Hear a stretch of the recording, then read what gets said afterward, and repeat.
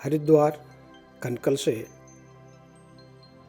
उत्तराखंड यानी देवभूमि का सीमा प्रारंभ हो जाता है। तो केदारनाथ 12 ज्योतिर्लिंगों में एक है। यहाँ पर भोलेनाथ समाधि में लीन रहते हैं और जो भैरवनाथ कहते हैं वो अपने हाथ में दंड लेकर यहाँ पर शासन करते हैं। केदारनाथ का मैं आपको अर्थ बताना चाहूँगा। एक पहला अर्थ है केदार, माने कैलाश, दार माने दरवाज़ा। ये कैलाश का दरवाज़ा है। दूसरा अर्थ होता है केदार माने जहाँ पर मिट्टी और पानी मिला हुआ भूमि को केदार बोलते हैं। वहाँ का नाथ, नाथ माने स्वामी, कौन है? भोलेनाथ। इसीलिए इसका नाम केदारनाथ पड़ गया है। जब महाभारत युद्ध के उपरांत पांडव लोग सभी हत्याओं से युक्त थे और परेशान थे कि हम इन हत्याओं से जब तक मुक्ति नहीं मिलेगी तब तक हमको स्वर्ग प्राप्त नहीं होगा।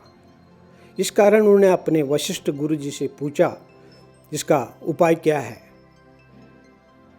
तो उन्होंने बताया कि आप लोग जो है केदार नामक स्थान में जाकर के वहाँ शिव जी का दर्शन करो, तब आप इन पापों से मुक्ति मिलेगी। गो हत्या, ब्रह्म हत्या, भ्रात हत्या, जितने भी हत्या आप पर लगी है उससे मुक्त हो जाओगे। तो पांडवों ने उसी क्षण राजपाट छोड़ करके उत्तर भारत की तरफ चल पड़े। यहाँ पर उत्तर भारत में 3 काशी है।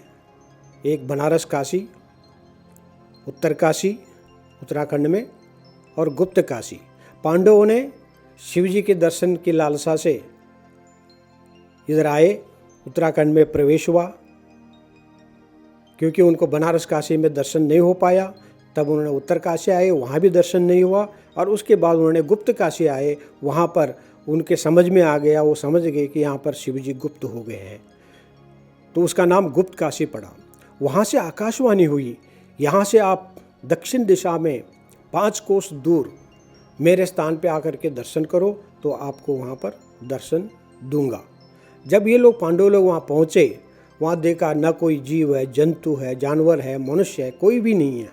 और जब वो लोग निराश हो गए, भगवान का दर्शन होगा नहीं है, तो इतने में देखा कुछ भैंस वहाँ पर घास का सेवन कर रहे थे। उन्होंने सोचा हो सकता है कि एक भोलेनाथ का नाम पशुपतिनाथ भी है, इसलिए हो सकता है कि भोलेनाथ इनमें हो। तो एक एक भैंस को स्पर्श करने लग गए और एक भैंस उनको स्पर्श करने नहीं दिया। तब पांडवों ने सोचा कि यही भोलेनाथ है। सोच के वो भैंस को पकड़ने गए। भैंस आगे भागता रहा, पीछे पांडव लोग चलते रहे। कुछ दूर जाने के पश्चात भैंस जमीन में धंसने लग गया। तब तक पांडव लोगों ने पीछे से आकर के जो भैंस का पीछे का भाग को स्पर्श कर दिया। जैसे स्पर्श कर दिया तो भगवान ने उनको ज्योतिर्लिंग के रूप में दर्शन दिया। इसलिए केदारनाथ ज्योतिर्लिंग के नाम से जाना जाता है। ये 11वें ज्योतिर्लिंग के नाम से जाना जाता है। यहाँ पर भगवान केदारनाथ जी का वास्तव में कैलाश ही है। इसलिए कैलाश है कि यहाँ पर आने के बाद आप लोगों को पता चलेगा यहाँ का जो स्वर्ग किसे कहते हैं। आप मूवी में, फिल्मों में, सिनेमा में, कई चित्रों में देखा होगा, लेकिन जब तक स्वयं आकर के आप नहीं देखेंगे तब तक आपको पता नहीं चलता है। इसलिए आप लोगों से मेरा निवेदन है कि आप केदारनाथ दर्शन के लिए आइए, केदारनाथ जी का आशीर्वाद प्राप्त करें। भगवान आपको सुख, शांति, समृद्धि प्रदान करें।